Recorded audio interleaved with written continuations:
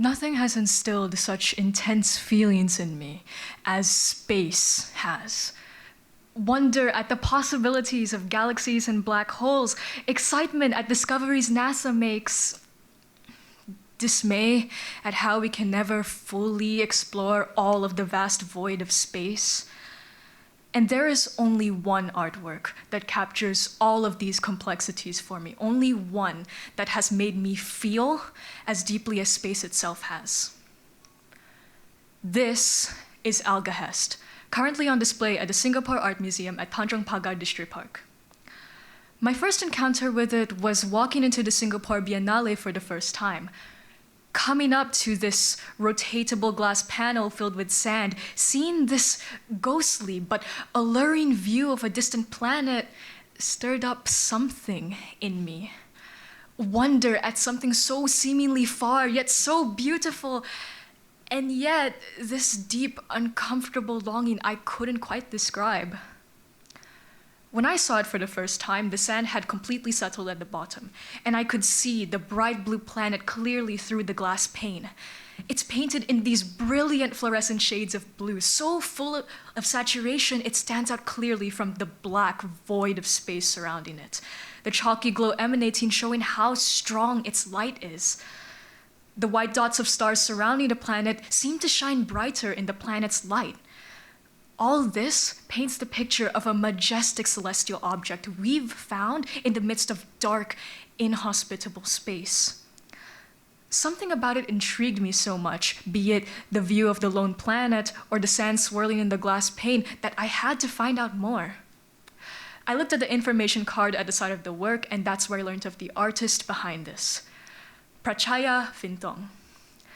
His works are based on research he does on scientific discoveries, economic theories, social issues, things that, if you haven't experienced firsthand, can feel impersonal.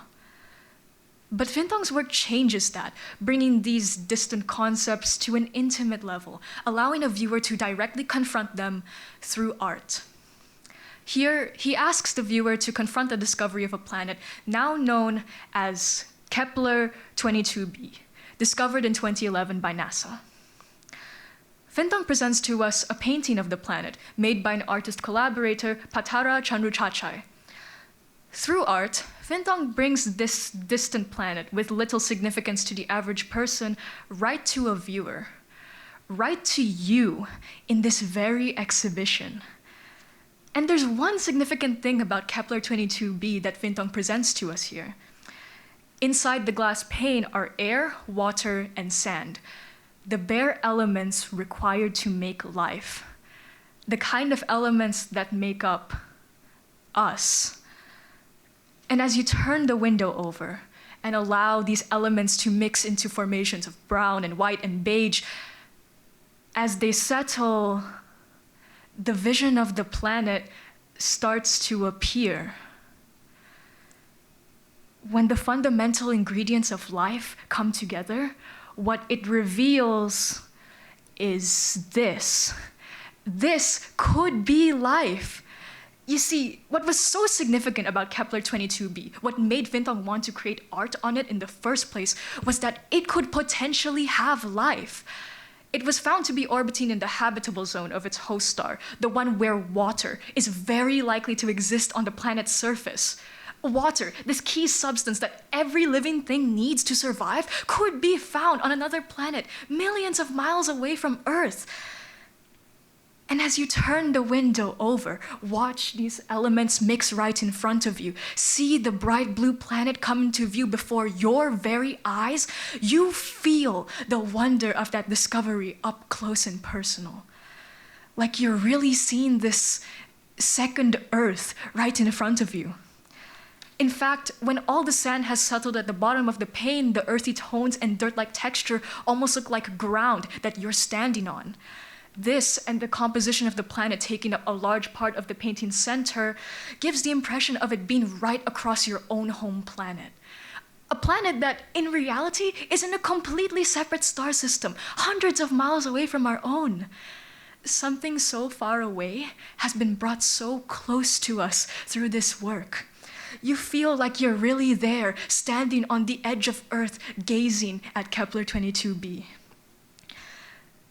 That mesmerizing blue orb seems to pull me in, beckoning me to get closer and closer, to lift up the glass pane and look through the window space to fully take it in.